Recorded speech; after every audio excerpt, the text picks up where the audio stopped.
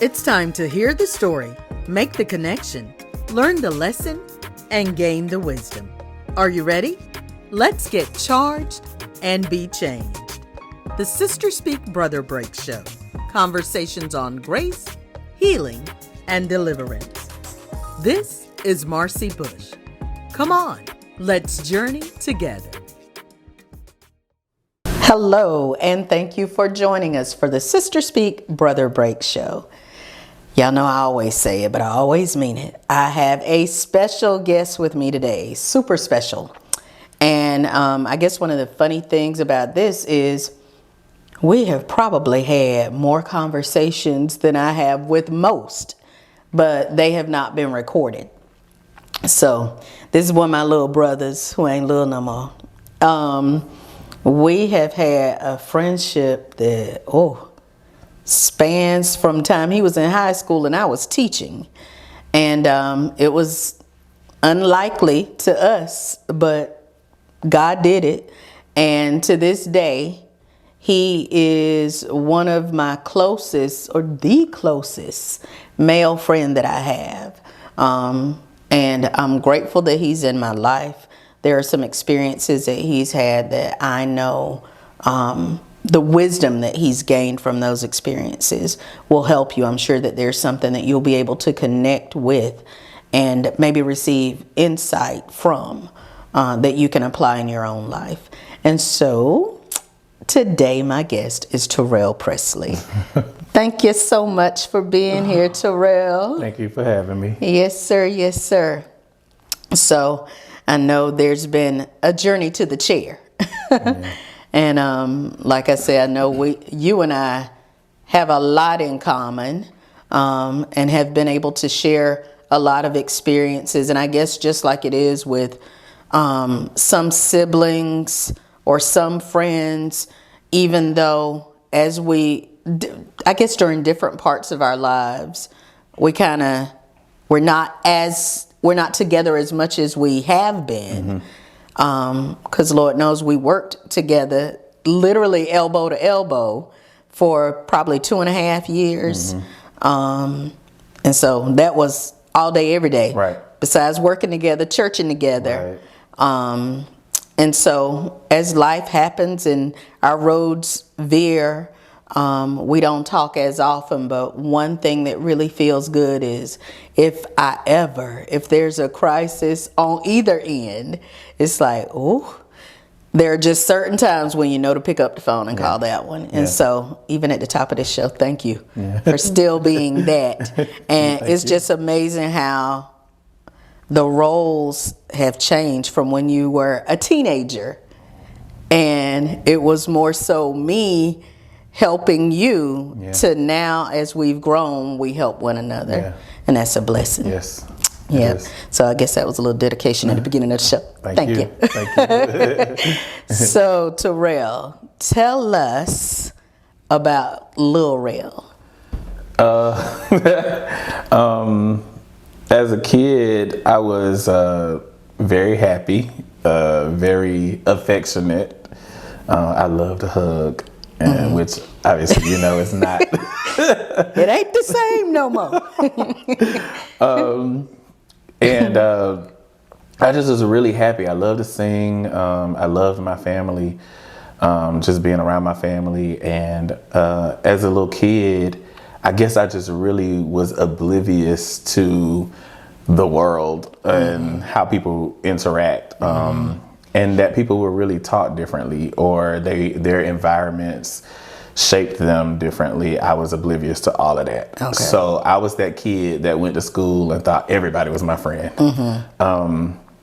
No matter what color you were, I just thought everybody was my friend. I would come home and tell my parents, my friend so-and-so said this, and my friend so-and-so did this. And, I didn't know that everybody wasn't really my friend, but I was that kid that kind of put my whole self out there to people because I was just that kind of person, just affectionate. I love to hug, like I said earlier. And it was just, it was a happy time for me at first doing that, because I loved everybody, and I thought everybody loved me, Right. because of what I guess I was accustomed to with my parents. And a close-knit family. Yeah. And Very close knit.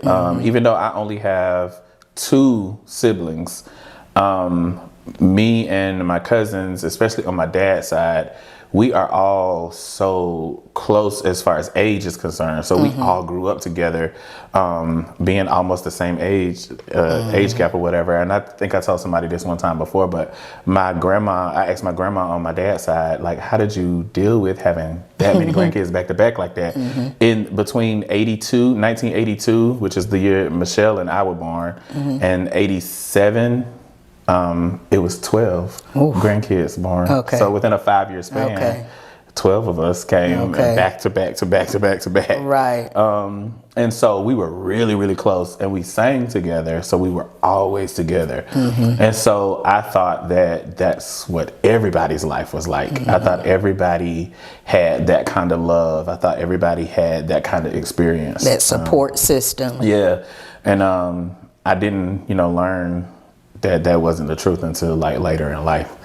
But yeah, as a kid, I thought, I really was into just loving people. So when did the age of innocence end? When did reality start? You know what?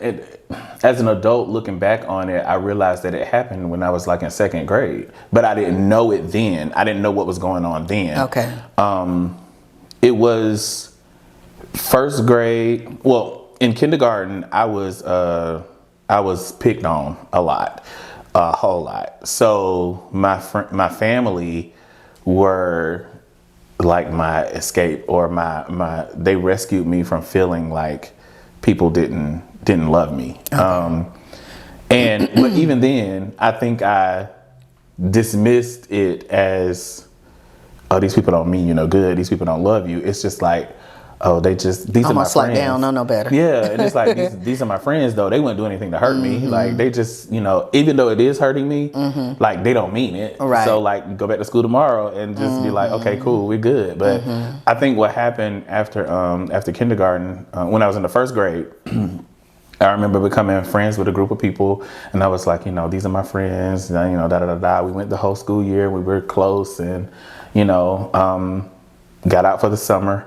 Came back for 2nd grade, and I remember going to the playground for recess and going over to talk to these people who were friends with me last year, and thinking that, this is just, we're back together and we're cool or whatever. And they were friends with other people. And so their relationship with these other people kind of prevented them from continuing the relationship with me. And so I was probably like 7 at the time, and I went home. I was super sad. I didn't tell my parents because I didn't feel like, I felt like maybe it's just a phase, or like, we'll be friends again because we were so cool last year. So there's got to be something that caused them to be different this time.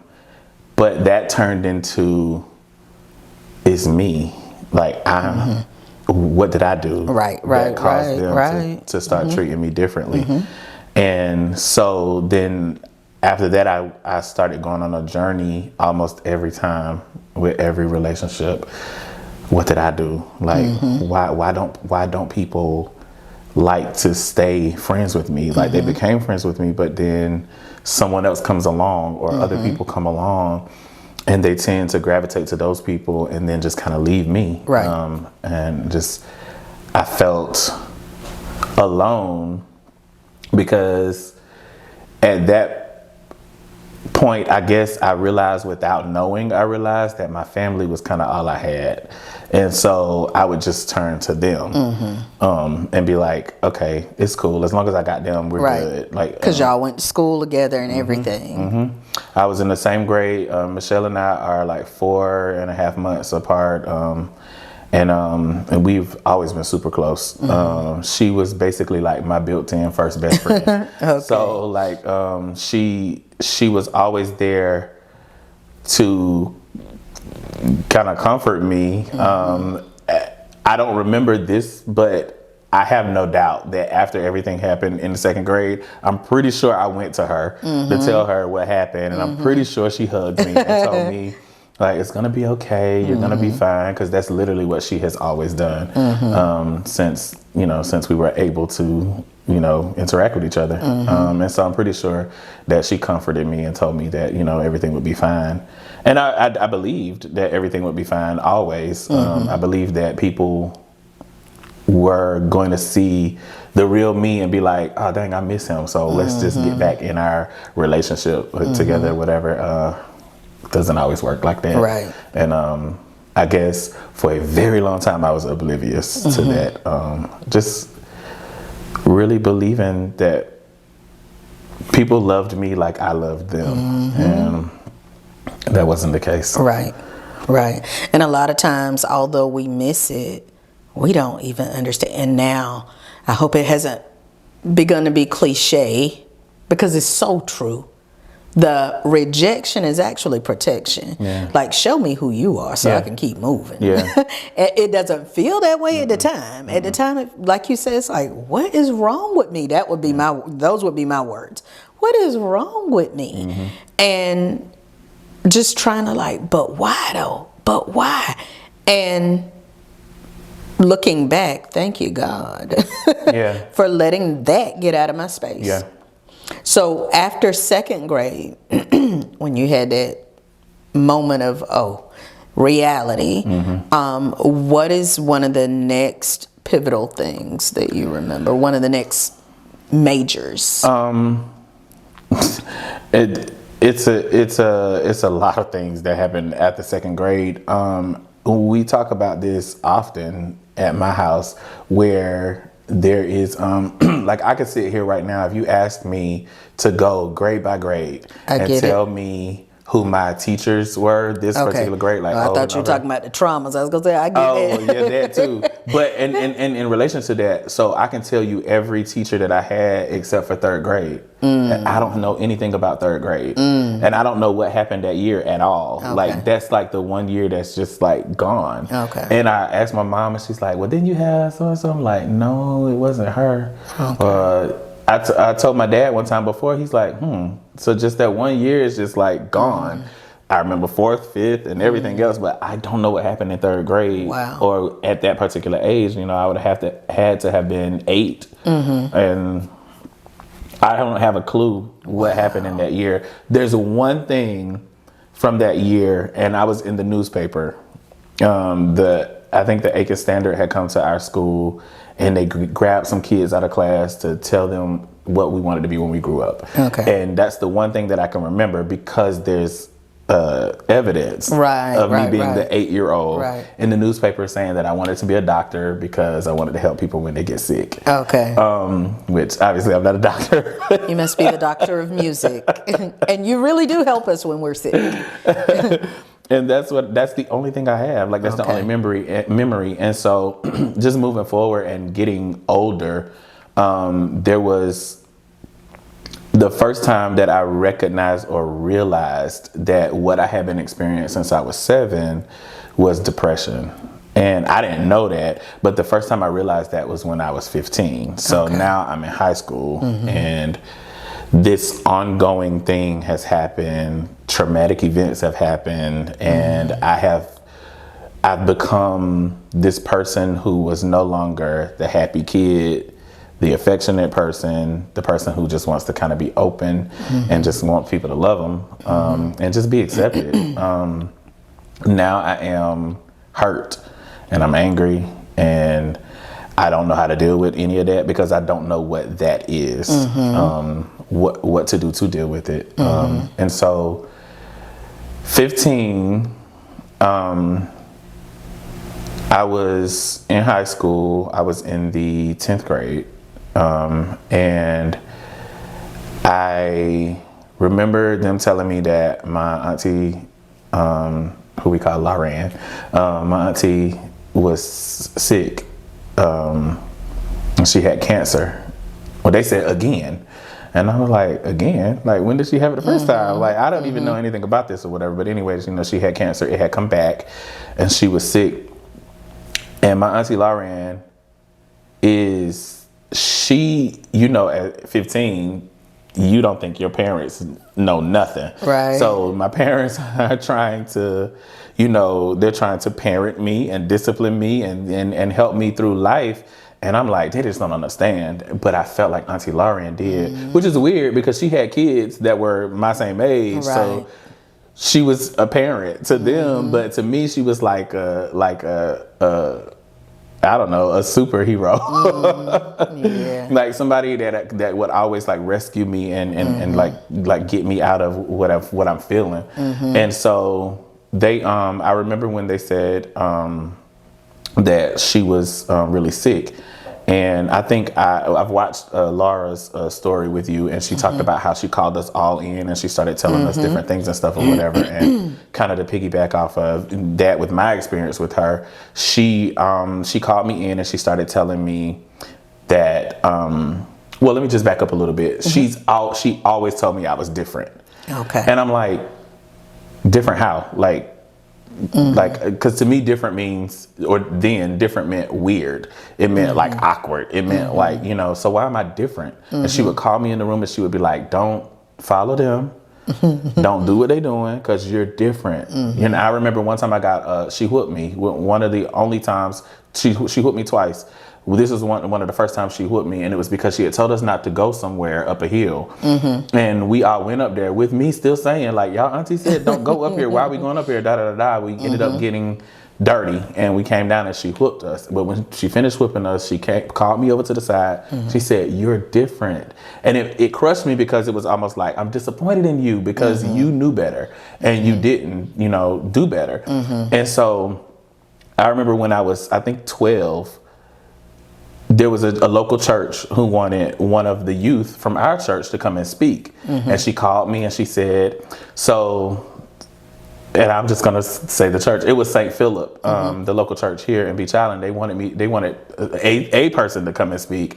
She said, St. Philip called and they want one of the youth to come and speak. And I told them that you would. And I'm like, what?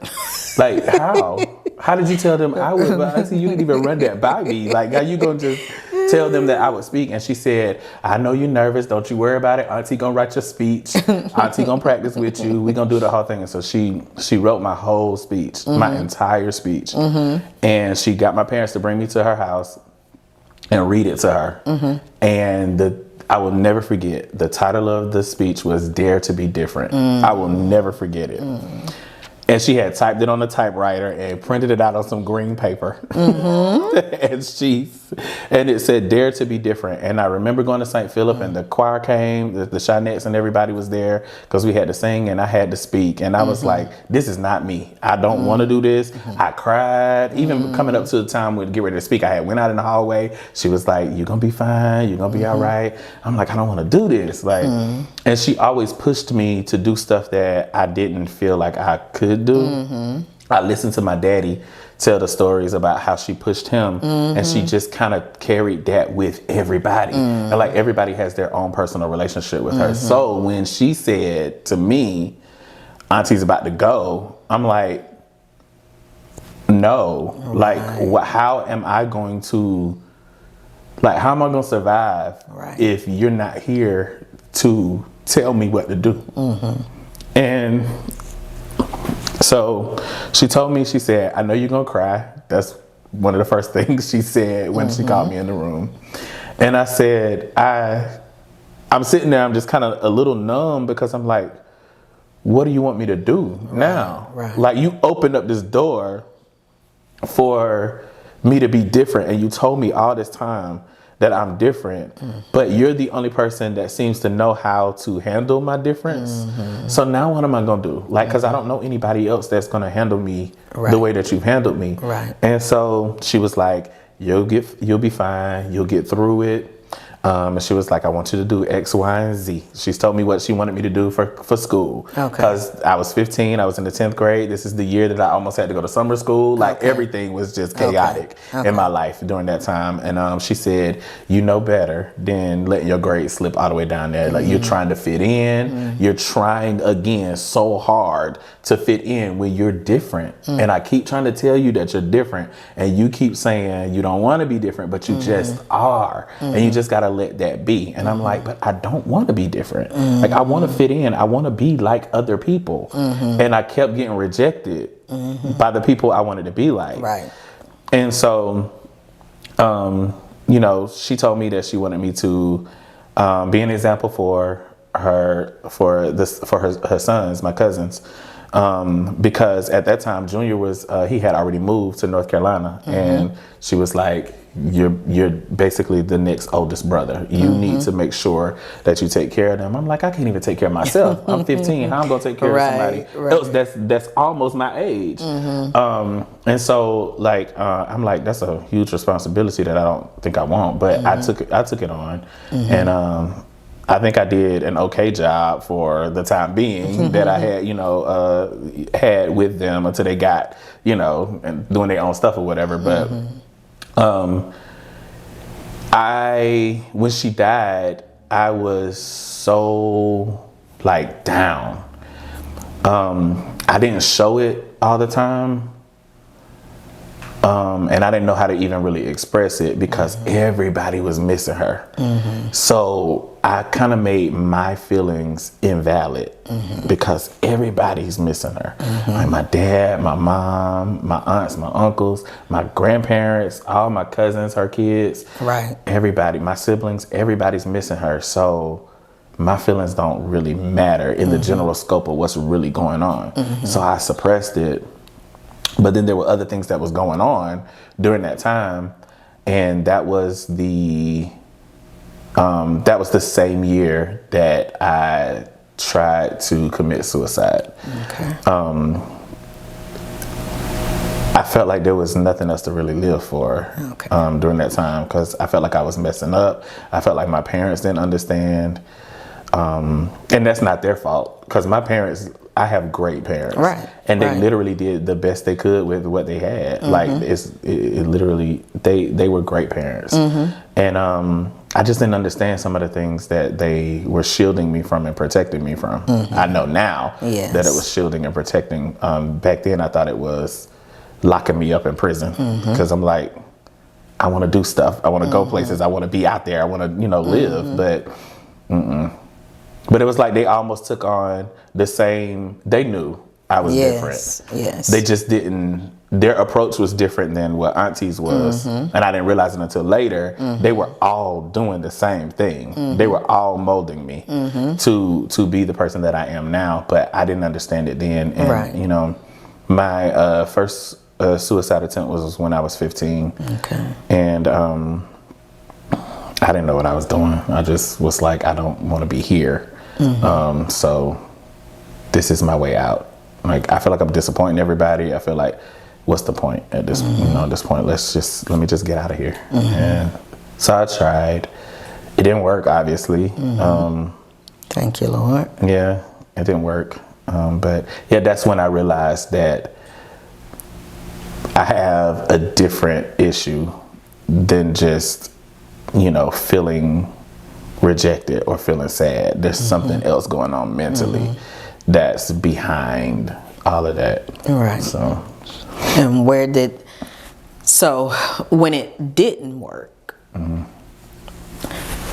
were you able to bounce back? Were you able to say we're not going there, or you still didn't have the equipment at the time? I still didn't have the equipment at the time. My parents were completely unaware of what happened. And I think that's one of the things that happens a lot with a lot of people, that their parents are not aware that they're making these attempts, and that things are going on behind their backs. And I've seen, even on TV shows or in movies, where people are like, I didn't know. As a man, you're almost taught to suppress all emotions because you got to be strong for everybody. If you're going to run a house, run a family, like, you don't have time to be in your feelings about nothing. And then as us as a culture, we just don't have the education on mental illnesses or mental health for that matter. And so I didn't have an outlet or someone to talk to me about what depression looked like. Like, I learned later what it was, and then in my mind it clicked, like, that's what's been going on with me. But this has been happening since I was 7, right? And I didn't know any of that. Right. Like, these feelings, this whole thing has been happening. So I blamed myself. I even blamed I got more depressed after the suicide didn't work, because it's like, I can't even do that right, honey. Like, I feel you. I know what that feels like. Yeah. And even though it's God's protection, be like, can I just get out? Yeah. I just want out. Yeah. That's all. I just want out. Yeah. And it's amazing how, just like you said, and we become really good actors too. You know, if I show you that I'm hurting, because sometimes you'll try to be vulnerable, and if they don't see, and if nobody's inquiring as to, baby, what's wrong? You just be like, man, and you just really go into overdrive with and overtime with the acting. Yeah. And it becomes lights, camera, action. Absolutely. I became, well, now because I'm in therapy, and I guess we'll talk about that in a bit, but I realize now that I have high functioning depression. So I can sit at home and be depressed, and the moment I walk outside, put on the smile, because you got to make sure everybody knows that you're okay. Right. But I only started doing that because I kept crying for help with, like, my friends and, like, some family members, and it was like people would dismiss my feelings, and they would dismiss how I feel, like, oh, you overreacting, or it's not that serious. Right. So if somebody did something that hurt me and I came to them because that's what you're supposed to do, it's like, but I didn't mean it like that. You took it the wrong way. And it's like, well, okay, well, maybe I did take it the wrong way, but can we just at least talk about what it was then? And can you at least acknowledge that it hurt my feelings? Like, can you just at least acknowledge that part? Right. And, like, people don't, I felt like people didn't understand that, you know, they didn't understand that point. Right. And so it led me to just be like, oh, they don't care about my feelings anyway, so why should I mention it to them? So I stopped mentioning it to them. And then, as far as they know, we're all good. Right. All the time. Thanks so much for joining us today. If you've been blessed by today's show, feel free to let us know. And if you'd like to sow into this ministry, become a sponsor, or contact us, you can reach us at 803-221-0169. Or you can email us at thessbbshow@gmail.com. Let's continue this journey together.